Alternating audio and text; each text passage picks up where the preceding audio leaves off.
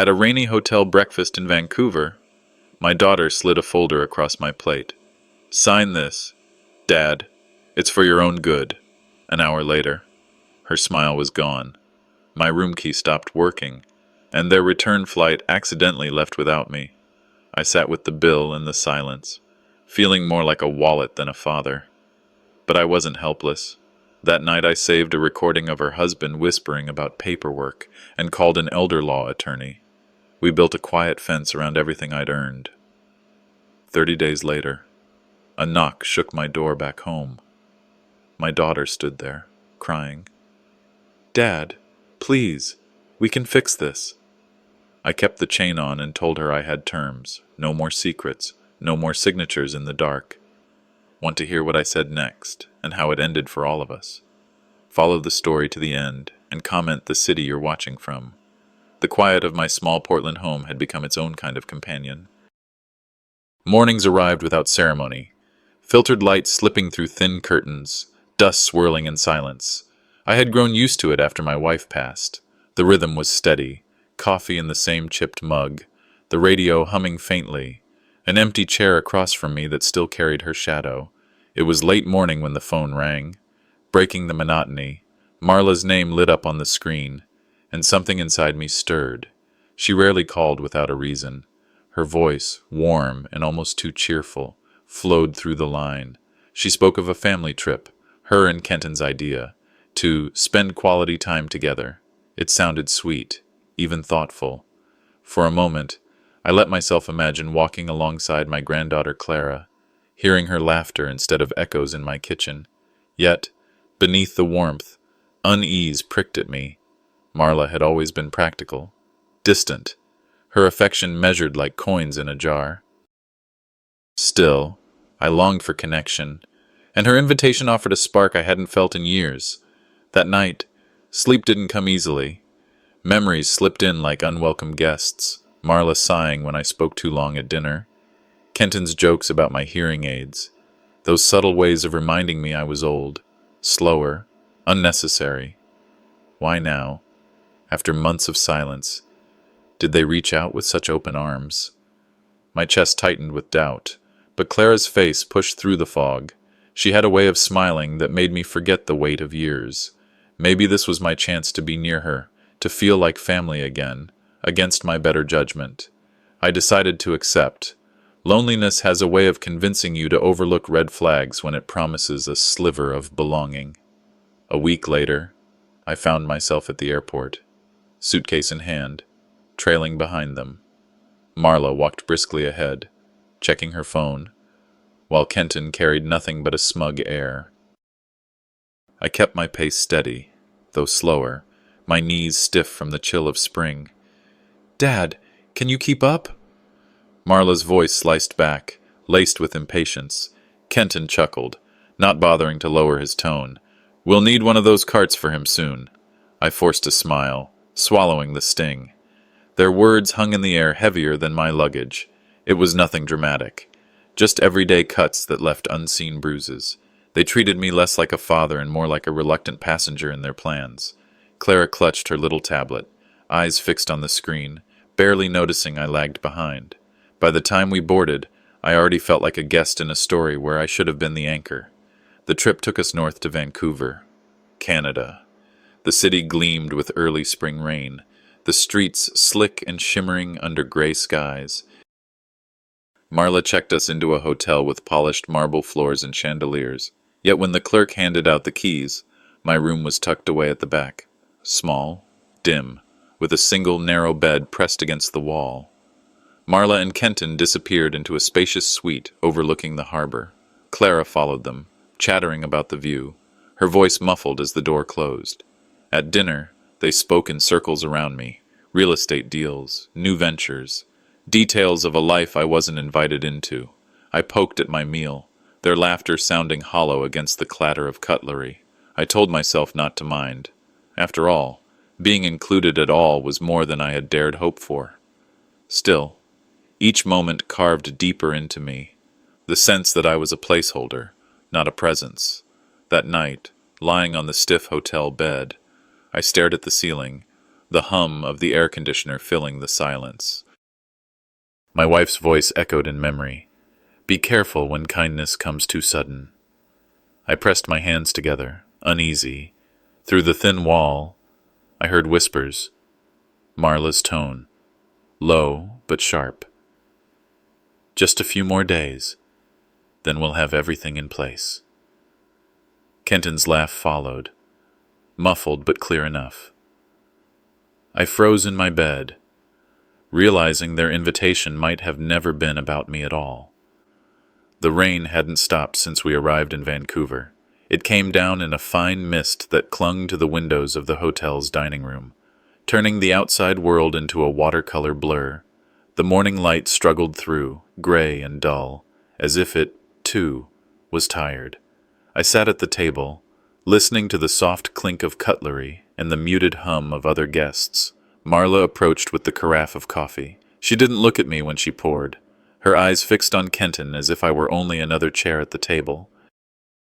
Her smile bloomed at him, a smile that used to be mine when she was a little girl running up to show me her drawings. There you go, Dad, she said, her voice pleasant but distant. The cup slid toward me. The smell of roasted beans rose, but it couldn't warm the chill in her tone. Kenton chuckled at something Clara had said, then turned to me. You know, Ansel, they say memory's the first to go. You'll have to keep notes so you don't forget where we're heading. His words carried the sing-song lilt of a joke, but I caught the sharp edge underneath. Marla laughed softly, as though it were harmless banter. Clara, hunched over her phone, didn't even glance up. The screen's glow reflected in her young eyes, shutting me out as firmly as if I weren't there. The coffee burned hot on my tongue, but the sting inside came from elsewhere. I smiled weakly, letting the remark slide. Fighting over small barbs would only make me look petty. Still, the weight of being invisible pressed heavy on my shoulders. As we finished our plates, Marla leaned in, her voice pitched casual. This trip, Dad, it's not cheap. The hotel, the flights, the meals. Kenton and I thought it'd be nice if you could help cover some of it. You know, since we're all family and pitching in. She glanced at Kenton for approval before looking away again. There it was, dressed up like fairness. A request that wasn't really a request. My invitation had been wrapped with warmth, but the ribbon was beginning to fray. I set down my fork slowly, careful not to let my voice betray what I felt. I'll see what I can do, I said evenly. Inside, suspicion stirred. The hand reaching for my wallet wasn't subtle, and the thought of my savings being siphoned away disguised as helping the family soured the taste of breakfast. Later, as plans for the day unfolded, the exclusion came dressed in concern. Dad, today's activities might be a bit much for you, Marla said, her tone sugary. Lots of walking, late-night dinners. We don't want you to overdo it. Kenton chimed in. Yeah, you'll be more comfortable here. Rest at the hotel. Order room service. We'll catch up later. I nodded as though it made sense, but beneath the polite surface, it stung deep. This was supposed to be family time. Instead, I had become the burden, an afterthought to be tucked away in the quiet corners of their schedule. Clara barely noticed me when she rose from the table, her phone still her world. The rain followed me out into the streets. I walked alone, the drizzle soaking into my coat as I wandered down unfamiliar blocks lined with cafes and boutiques. Other families passed me, laughing together beneath shared umbrellas. Their voices carried warmth that cut through the cold air, and I ached at the contrast. My late wife's voice whispered in memory, clear as if she stood beside me. When you stop being useful, they stop pretending. At first I resisted it. Marla was still my daughter. Surely this couldn't be more than small neglect. Clumsy words, a moment of thoughtlessness. Yet each step through the wet streets pressed the truth deeper into me. Affection had turned, not suddenly but steadily, like a stream eroding stone. Back in my cramped hotel room, I sat on the edge of the bed, listening to the murmur of voices through the thin walls. Kenton's tone was low but firm, the kind used in business deals and schemes. He won't suspect a thing until we're done with the paperwork, he said. The words sent a jolt through me. My heart pounded against my ribs. The echo of rain on the glass, now a drumbeat in my ears. Paperwork. My name had weight. On deeds. On accounts. On the remnants of a life built with care. I gripped the edge of the small table beside the bed, the wood biting into my palms. For the first time since the trip began, I saw past the barbs in the distance. There was purpose in their coldness. Something was being prepared, and I was at the center of it. The room was still when I finally gave up on sleep. Darkness pressed against the thin curtains, and the muffled hum of traffic outside faded in and out with the rhythm of the rain. Yet inside my head, Kenton's words circled like a predator. He won't suspect a thing until we're done with the paperwork. Every tick of the clock on the nightstand hammered those words deeper. Sleep never came, only the restless churn of thoughts that refused to be silenced. Hours passed in that fog of unease. Memories began to surface, uninvited, as if the silence had cracked open a vault I had long kept sealed. I remembered Marla as a teenager, her sharp words echoing louder in the quiet. One evening, after I had insisted on saving money for her college tuition instead of letting her blow it on a spring break trip, she accused me of being controlling, of never trusting her. I had stood there, stunned, realizing that all I wanted was to make sure she had a stable future. But that night, her words landed like stones I carried into every decision afterward. The shadows in the room seemed to grow heavier as more of those old wounds surfaced. Her cool dismissal at family dinners, her way of siding with her mother in every disagreement, even when facts were against her. At the time, I had told myself it was just the friction of adolescence, that children always come back around once they understood the weight of adult responsibility. But lying in that hotel bed, it became clear those weren't passing phases. They were glimpses of something deeper. And then my wife's voice returned to me, as sharp as if she were in the room. "Don't let them see you only as a wallet, Ansel. Make sure they see your heart." She had said it with worry etched in her tired eyes, years before she passed. I had brushed it off then, convinced that love would speak for itself, that one day Marla would see the sacrifices I had made. Now, I understood the warning was never about whether Marla loved me. It was about whether she respected me. And maybe, just maybe, I had failed to teach her that love without respect can turn into exploitation. I shifted in the chair by the small desk, staring at the dim glow of the city outside the window. Kenton's mention of paperwork gnawed at me. What paperwork? My estate, bank accounts, the house in Portland that still held every memory of my wife. The thought chilled me more than the draft creeping through the hotel window. They might be plotting to cut me out, to take what little remained of my dignity along with what I had built. For the first time in a long while, a spark of resolve stirred. I would not confront them, not yet. The only thing worse than betrayal is letting the betrayer know you've caught on before you're ready. I would watch, listen, and gather what I could. Quiet doesn't mean weakness. Silence can be a shield if wielded properly. Dawn crept slowly over Vancouver, soft light washing the skyline beyond the rain-streaked glass. My reflection stared back at me, older, lonelier, and somehow more resolved than the man I had been yesterday. The lines on my face seemed deeper, but behind them was something steady. A knock shattered the fragile stillness. Marla's voice floated through the door, honeyed and deliberate. "Dad, are you awake? We need to talk about something important." Her tone dripped with sweetness, but after the night I had just endured, every syllable tasted of poison. The morning light leaked weakly through the thin curtains, and when I opened the hotel door, there she stood, Marla, with a folder pressed tightly against her chest. Her smile was wide, cheerful on the surface, but her eyes flickered like someone rehearsing for a play. "Good morning, Dad," she sang. "I thought we could go over a few things, just to make this trip smoother." Behind her, Kenton leaned against the hallway wall, pretending to scroll his phone. He didn't look up, but I could feel his presence. Watching, waiting, I gestured her inside. The folder landed on the small desk with a soft thud that seemed heavier than paper ought to sound. "These are just some formalities," she said quickly, opening the folder with her manicured hands. "You know, travel insurance, some release forms, a few things about your property back home, all to keep things simple. The word property jolted me awake more than the bitter hotel coffee ever could. I slid the top page toward me. Words like authorization and transfer of rights glared back in sharp black ink. "This is a lot," I murmured, careful not to let my voice betray the alarm rising in my chest. "Oh, Dad," Marla waved her hand as if brushing off a speck of dust. "You don't need to overthink this. It's just for convenience. Kenton and I can handle these little things for you." From the corner of my eye, I saw Kenton finally glance up from his phone. His stare wasn't casual, it was measuring me. I closed the folder gently. "I'll take some time to review this later," I said evenly. "I prefer to read things carefully, on my own." Her smile tightened. "Dad, it's really just a formality." I leaned back in the chair, folding my hands. "Then it can wait. If it's only a formality, there's no rush." For the first time that morning, her eyes hardened.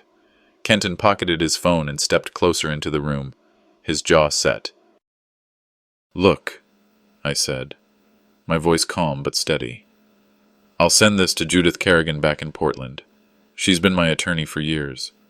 If it's truly harmless, she'll confirm it, and then I'll sign."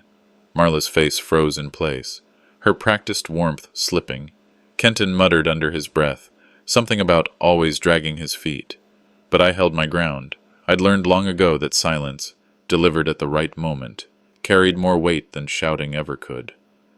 Later that afternoon, as I stepped back into the hallway after a restless nap, I caught Kenton's voice echoing from around the corner. He was speaking low, urgent, to someone else. "Orville, we need this deed signed before the end of the week. If he hesitates any longer, the accounts can't be moved cleanly." I froze, pressing my back to the wall. Orville Trask, our Canadian acquaintance, his name dropped like a stone in my gut. "Quitclaim deed. Transfer," Kenton whispered, his words drifting into clarity between bursts of static from his phone. "Don't worry. He's old, and he won't suspect until it's too late." The edges of the hallway blurred. They weren't just trying to push papers under my nose.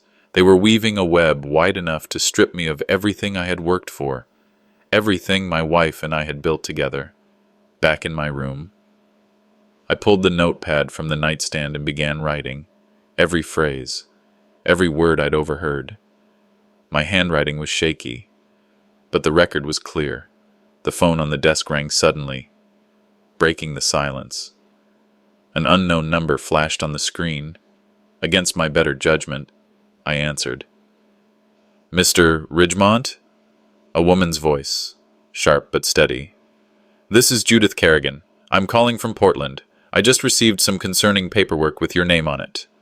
The pen slipped from my hand as a chill ran through me. My hand trembled as I held the phone, realizing the battle for my dignity and legacy had already begun without me. The lobby was hushed except for the low murmur of tourists checking out. The rolling wheels of luggage on the tile. I stepped in and saw them immediately. Marla sitting primly on the edge of a leather sofa, a folder in her lap, and Kenton standing just behind her like a guard, their faces lit up in synchronized smiles, but the cheer didn't reach their eyes. "Dad," Marla said, her voice as bright as the chandelier above us, "we just need you to sign one more paper. It's for your own good." The folder slid onto the coffee table with a soft thud. Kenton crossed his arms, his body angled toward me as though blocking any path of retreat. For a moment, I simply studied them, their posture, their rehearsed lines, the way Marla's hand trembled before she quickly tucked it under the folder. I lowered myself into the chair across from them. My voice came out even, steady. "You've been busy." Kenton forced a chuckle. "Just paperwork, Ansel. Old folks like you don't need to worry about the fine print." That word, old, hung in the air heavier than the rain outside. I folded my hands in my lap and waited. Marla slid the document toward me, her smile thinning. "It's nothing complicated, just a formality. If you trust us, Dad, just sign. It'll make everything easier for everyone." I leaned back, letting the silence stretch. The lobby's bustle swirled around us, heels clicking, a child laughing, the front desk phones ringing. My gaze drifted to the lines of text on the page, the legal jargon dancing like shadows. Finally, I spoke. I'll have my attorney review this before I sign anything. Her smile cracked. Attorney? Dad? Really? Why would you bring outsiders into family matters? Because family matters deserve honesty, I said quietly. Kenton leaned forward, his jaw tight. You think we'd cheat you? That's paranoid. After everything we've done to arrange this trip, this is how you repay us? The heat in his words drew the attention of nearby guests. Heads turned. Whispers floated across the room. Marla's cheeks flushed red, and she leaned closer, lowering her voice into a sharp hiss. You're embarrassing us. Just sign the paper. I straightened, my voice firm but calm. No, I won't be pressured. Not here, not anywhere. For a beat, no one moved. Then Kenton exhaled through his nose, the kind of sound a man makes before saying something cruel. You're making this very difficult for yourself. Things could get unpleasant if you keep resisting. I met his glare without flinching. I've survived more unpleasant things than you could imagine. The words silenced them. Marla's lips tightened. Kenton's nostrils flared, but neither pushed the paper back toward me again.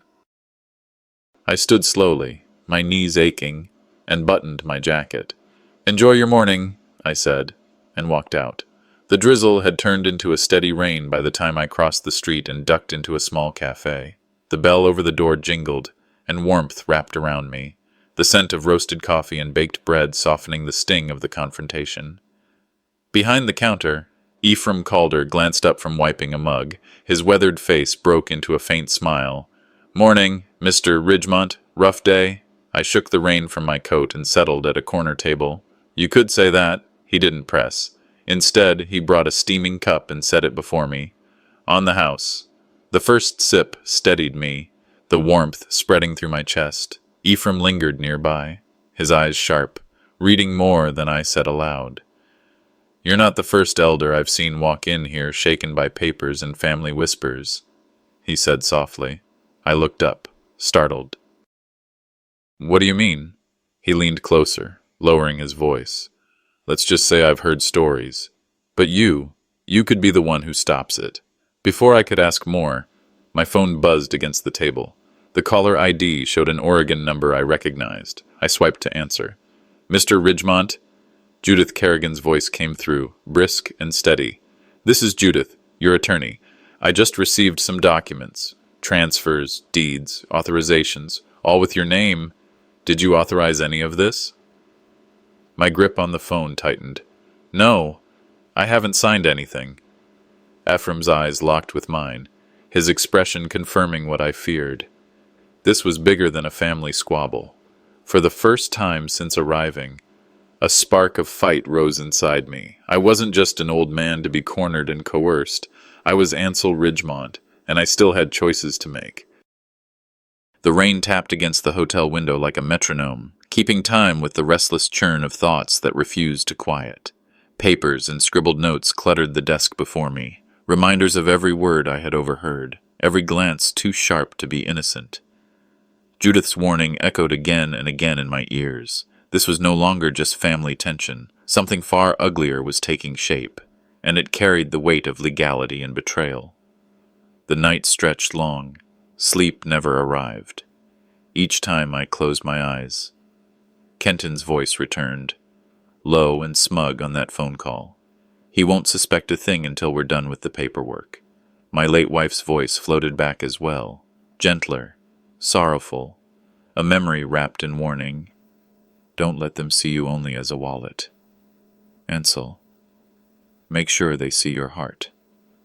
I had failed that lesson, and now, in the stillness of the room, the truth pressed down on me harder than the loneliness ever had. By dawn, my resolve had shifted. Fear remained, yes, but it was now braided with something colder, steadier, a quiet promise to myself I would not go down easily. The dining room the next morning bustled with polite chatter and clinking dishes. Waiters moved swiftly between tables, their trays balancing plates of eggs, toast, and steaming mugs. Marla was already seated when I arrived, her smile radiant for anyone who looked her way. Kenton loomed beside her, his phone on the table, eyes watchful. "Dad already agreed yesterday," Marla announced brightly, loud enough for the waiter setting down coffee to hear. "We're just finalizing a few things today." The lie hit me like a slap, but she never even looked in my direction. Kenton slid a thick form across the table, his movements deliberate, practiced. The title at the top caught my eye, Durable Power of Attorney. "Just sign here, Pops," Kenton said, leaning back, his tone casual, as if I were picking up the check for lunch. "It's easier for everyone." I pushed the paper gently back across the table, my voice steady. "I'll be reviewing anything with my attorney before I put my name on it. That's not changing." The smile on Marla's face cracked, just for a second.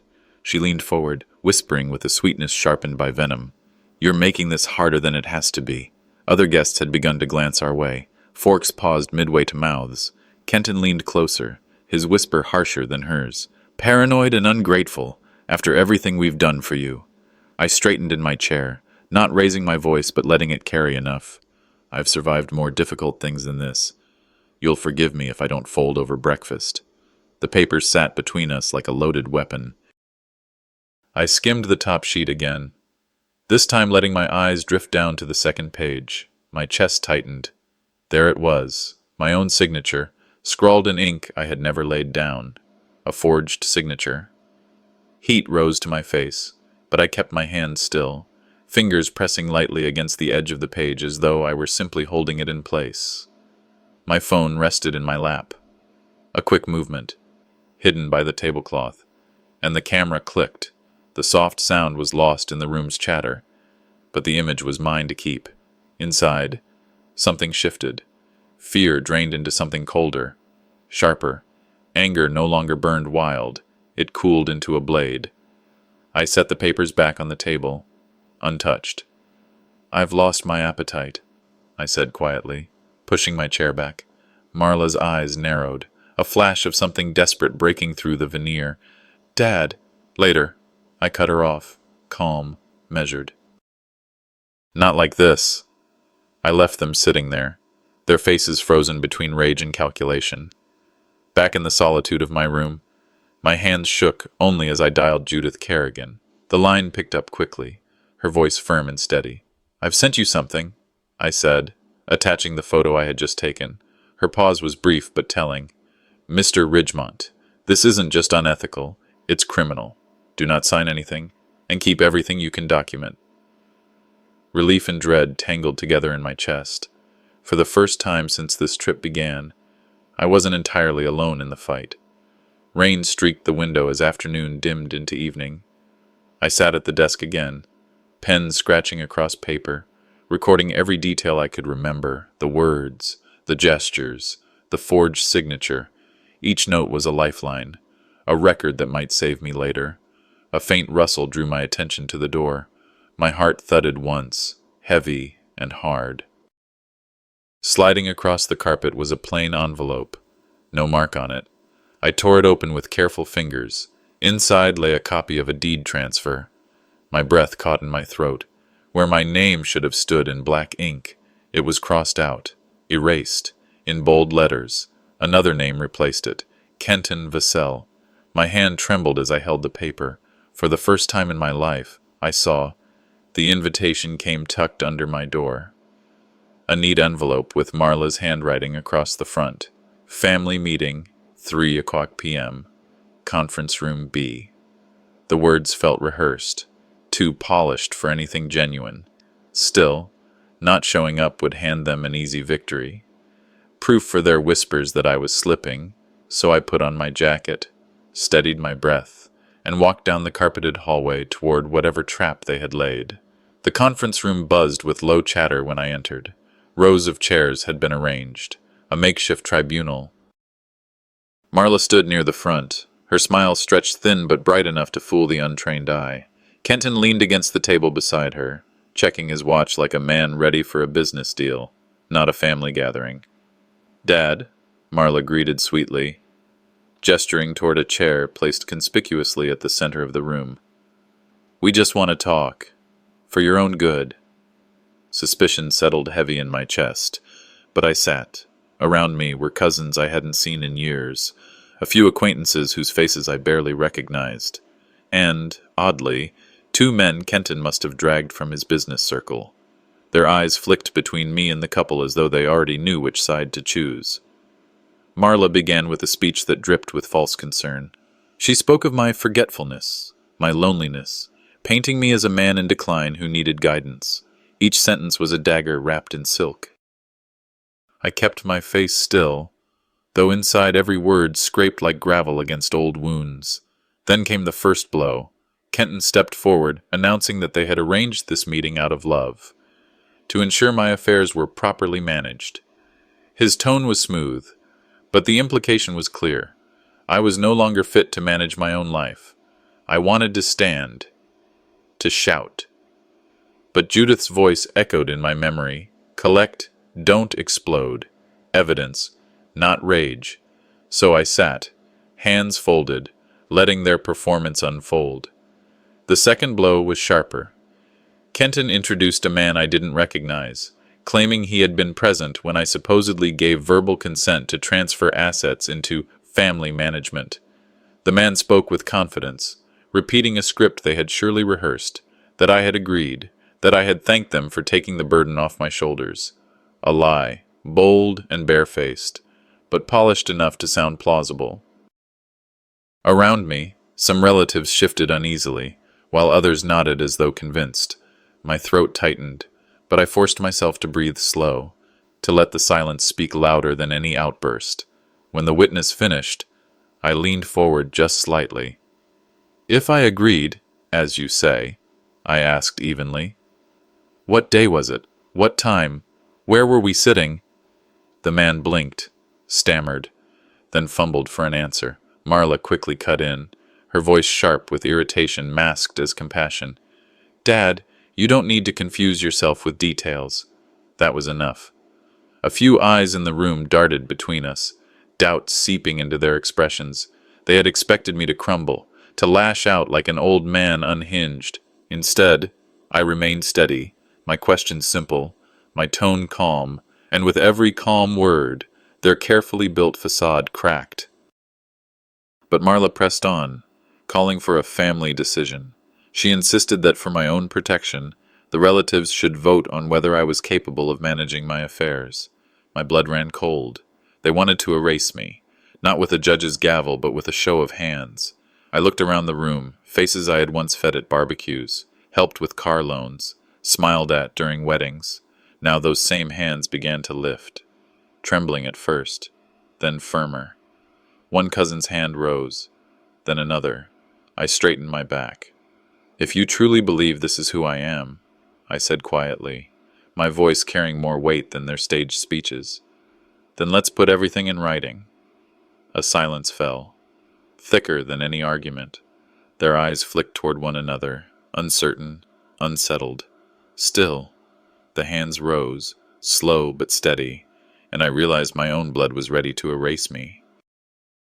The knock at my hotel door came just as the sun dipped behind Vancouver's skyline, leaving the room in a dusky half-light. When I opened it, Judith Kerrigan stood there, her travel coat damp from the rain, a leather case tucked firmly under her arm. Relief washed through me at the sight of her. For days I had felt cornered, stripped of allies. But here was someone who not only believed me, but came prepared to fight. She stepped inside, set her case on the desk, and gave me a level look. "You did the right thing calling me, Mr. Ridgemont. I've already seen troubling movements on your accounts. They've been busy."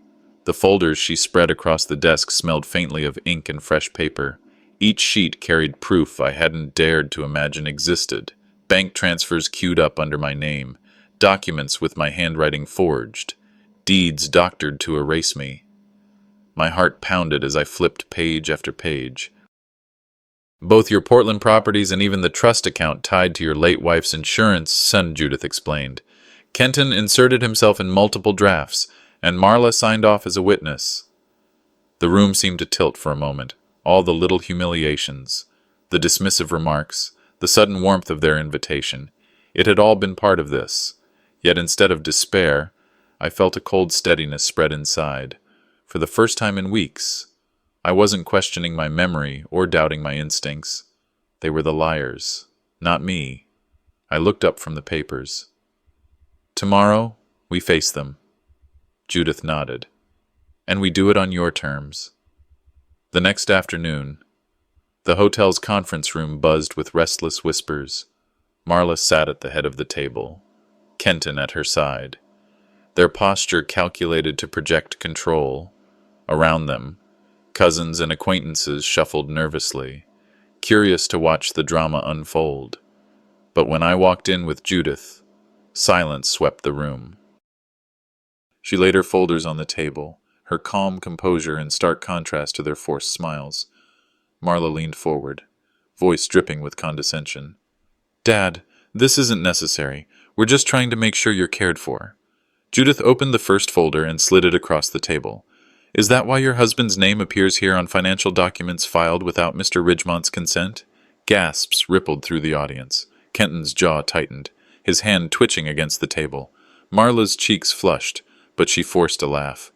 "This is a misunderstanding. Dad probably agreed and forgot." I held her gaze without speaking, letting Judith's documents speak louder than my daughter's lies. One relative leaned to another, whispering. Doubt was blooming in the room like wildfire.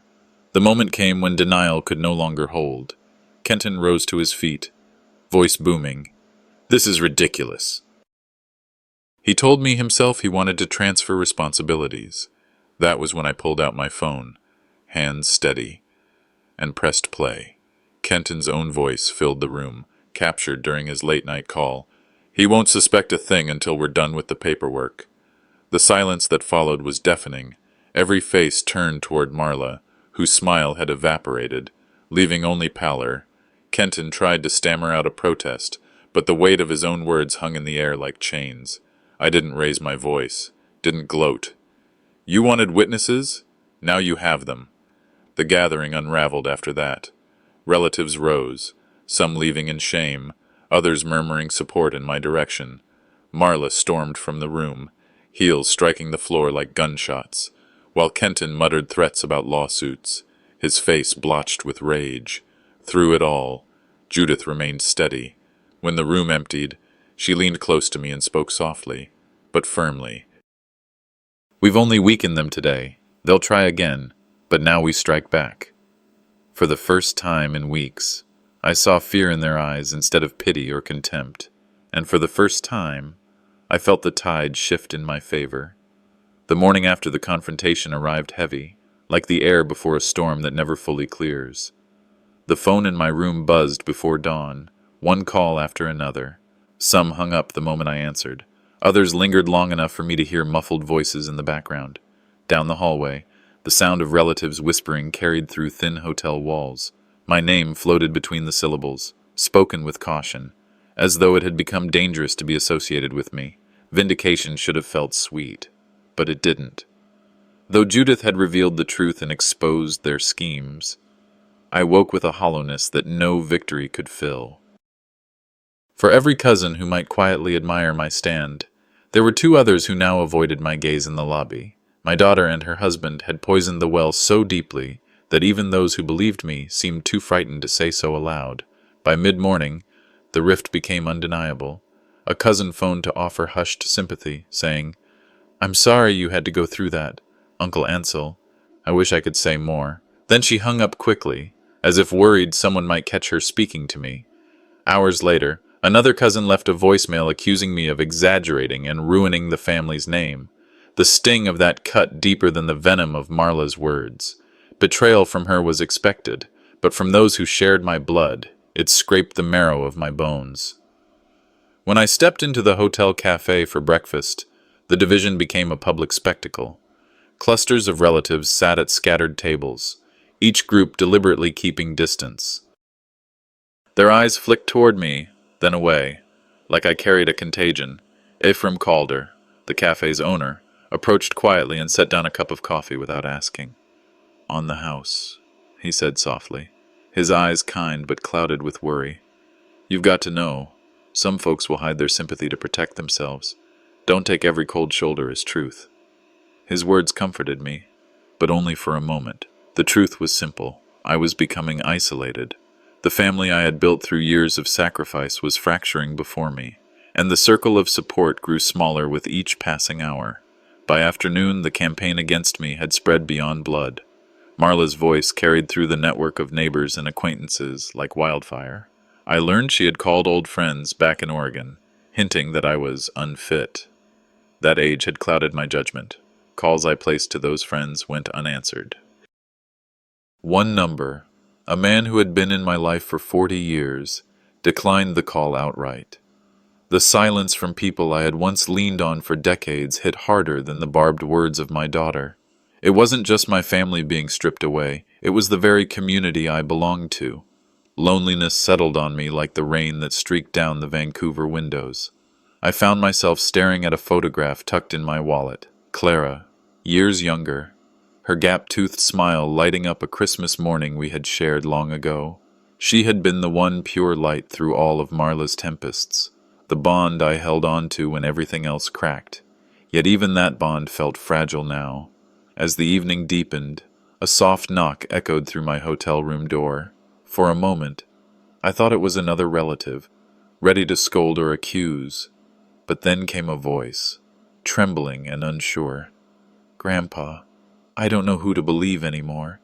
Clara's whisper cut through the silence, fragile and raw. And my chest tightened. All the fights, the betrayals, the humiliation, none of it had shaken me as much as the thought of losing her trust. Her voice on the other side of the door told me the war had reached the one bond I could not bear to lose. Clara met me in the corner of the lobby cafe, her small hands clutching the edge of the table as though she were bracing against a storm. Her voice barely rose above a whisper. "Grandpa, I don't know what to believe anymore." The words trembled out of her, carrying guilt and fear far too heavy for a girl her age. She glanced over her shoulder, as though her parents might appear at any moment. "Mom says you've lost track of things, that you're making stories up. But I heard them arguing last night.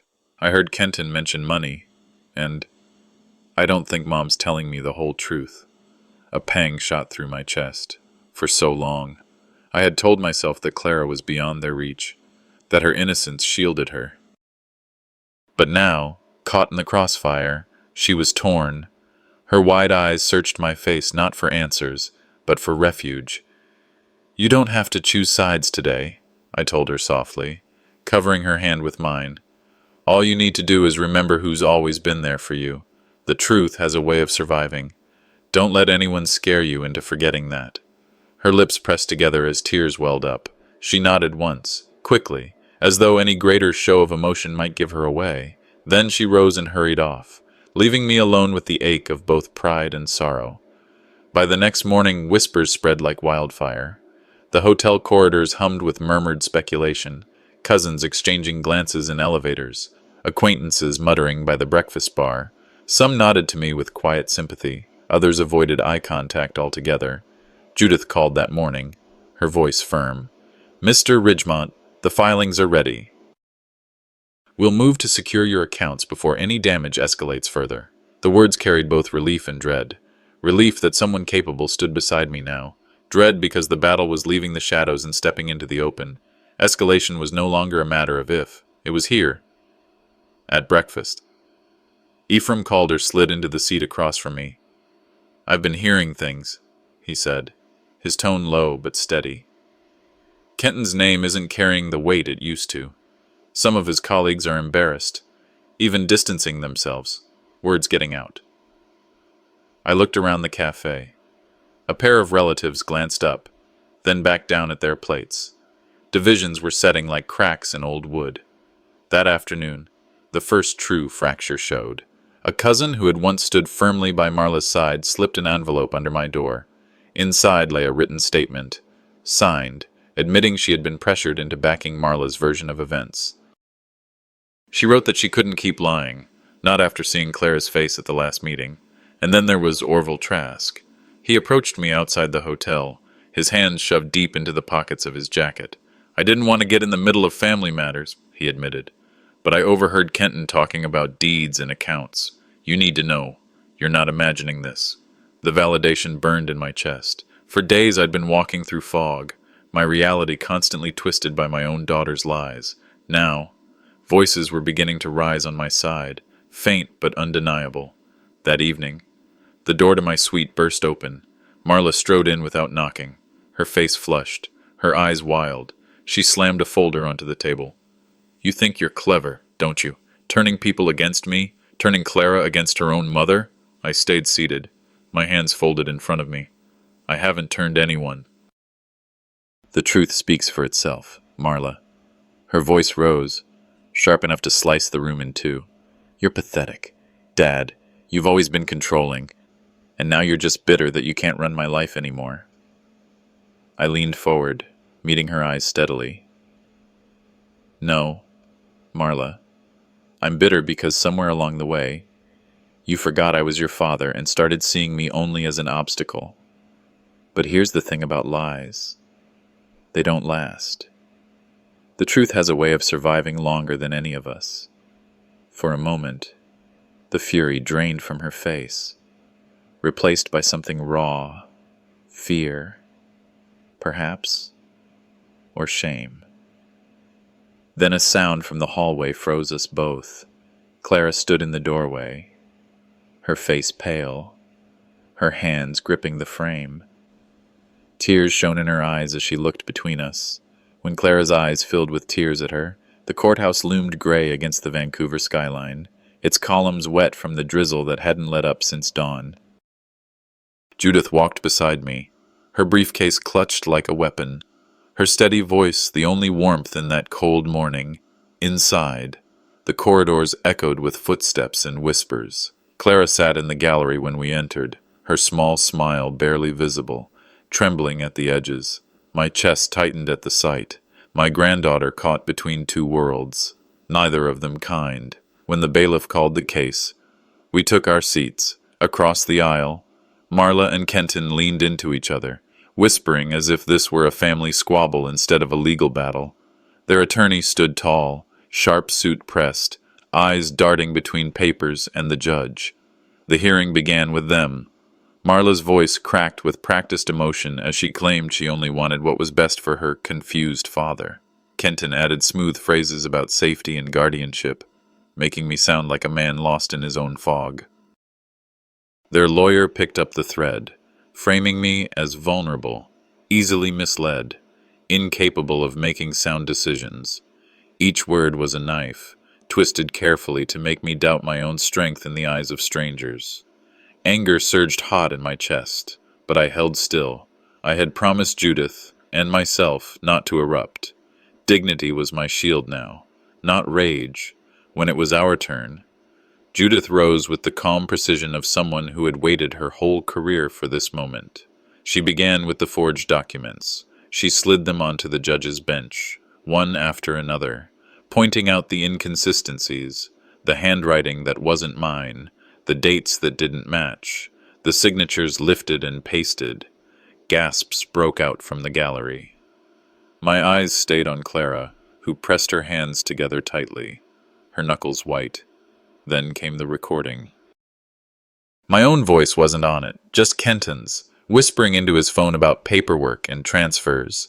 The sound filled the silent courtroom, every syllable sinking like a stone into water. Kenton shifted in his chair, sweat blooming along his hairline. Marla tried to lean away from him, shaking her head, muttering that she had no idea. Orville Trask was called next. His voice was rough but steady as he recounted the conversations he had overheard in the hotel lobby. The judge leaned forward, listening, taking notes, each word stacked higher, like bricks forming a wall against the lies that had buried me.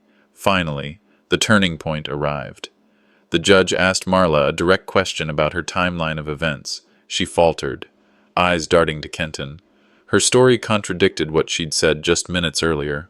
The gavel struck once, not a verdict, but a warning. Then Clara was summoned. My heart thudded in my ears as she stepped forward, small in stature but holding the weight of generations on her shoulders. Her voice trembled at first, but then steadied. She admitted she had overheard her parents talking about taking everything while they thought she was asleep. The courtroom fell silent.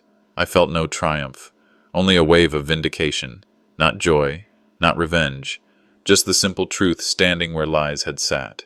My chest swelled with the heavy air of survival. The judge spoke at last, ruling in my favor for a temporary protective order, my estate secured, the forged transfers nullified, guardianship denied.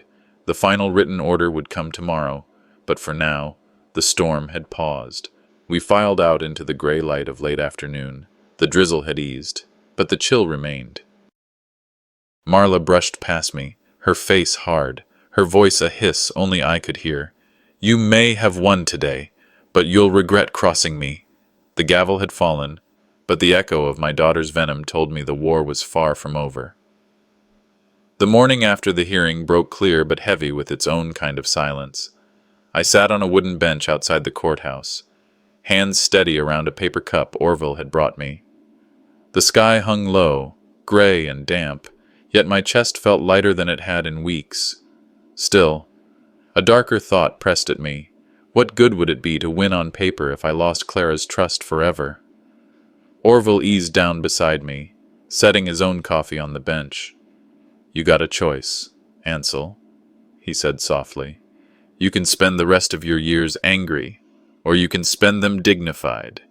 Dignity leaves more behind than anger ever could." His words struck deep. I nodded, letting the steam from the cup blur my view of the courthouse doors. Not long after, Judith's text came through. My hands trembled as I read. The judge granted a protective order over my estate, nullified the forged power of attorney, and required restitution. Kenton would cover my legal fees, and Marla was ordered to issue a written correction to everyone she had misled. Practical guardrails were in place too, an independent fiduciary to share authority, travel restrictions preventing anyone from moving me without consent, safety check-ins written into the order. For a moment, the words blurred together.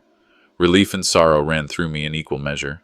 I wasn't just safe, I was tethered back to my own life again. By mid-afternoon, the news began to spread.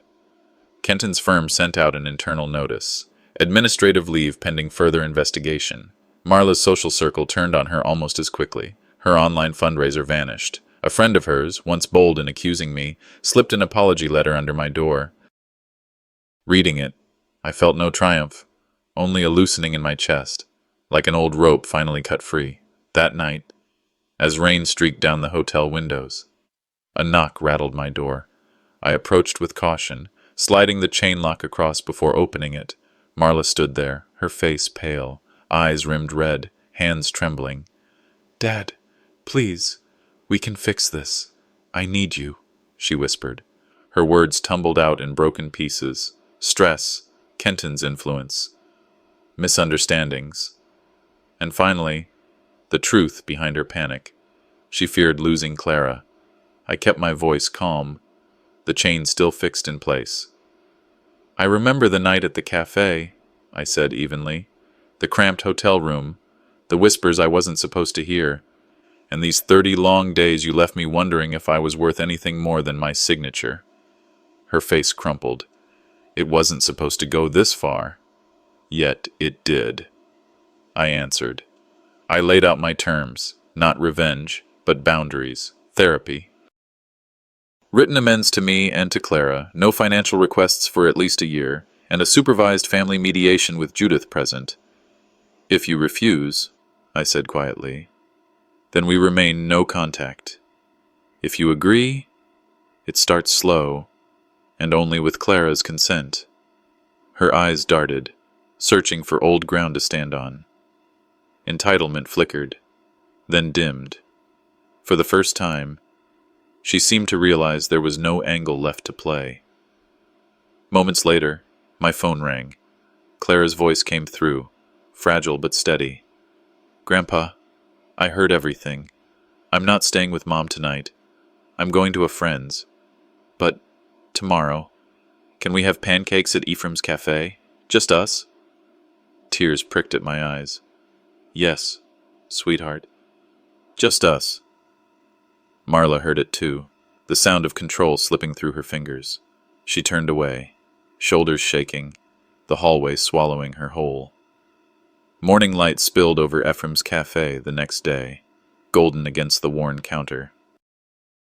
The bell above the door chimed as Clara slipped inside, cheeks flushed from the cold.